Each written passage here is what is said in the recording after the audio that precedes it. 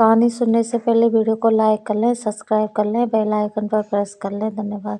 गुप्त जंगल का रहस्य। किसी अनजाने और दूर-दराज के जंगल में एक सुनसान रास्ते पर 4 बच्चे राजू, सीमा, गोपू और मीना बहुत खोजी दिल के साथ चल रहे थे। उनकी उत्सुकता उन्हें जंगल के भीतर एक अनजानी जगह की ओर ले गई, जिसे गुप्त जंगल कहा जाता था।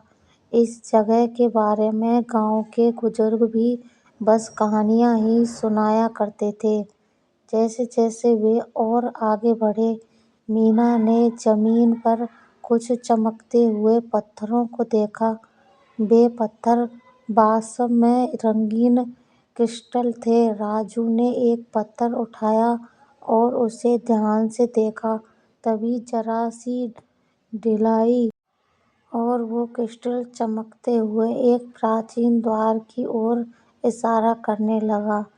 बच्चों की जिज्ञासा का कोई ठिकाना नहीं रहा और वे उस द्वार की ओर बढ़ने लगे। द्वार पर पहुंचकर उन्होंने देखा कि वह बंद था और उस पर कुछ पहेलियां लिखी हुई थीं। गोपू, जो रहस्यों का मास्टर था, ने चुटकियों में उन पहेलियों को हल कर दिया। जैसे ही उन्होंने सही जवाब बोला, द्वार धीरे-धीरे खुलने लगा। द्वार के उस पार उन्होंने जो देखा वह अद्भुत था।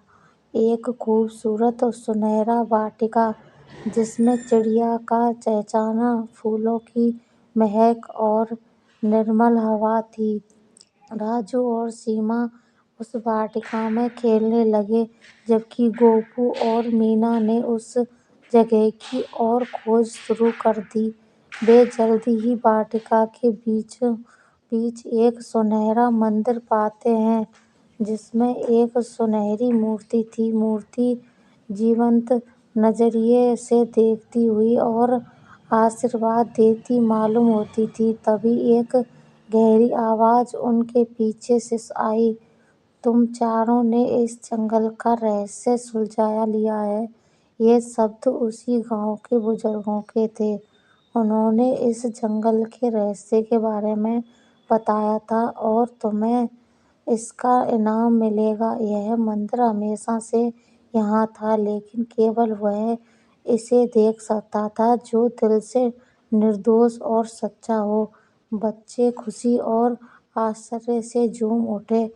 बुजुर्गों ने आगे कहा, "इस गुप्त जंगल का खजाना तुम्हारा है, पर इसके साथ एक शर्त भी है। तुम्हें इस जंगल और इसके रहस्यों की रक्षा करनी होगी।"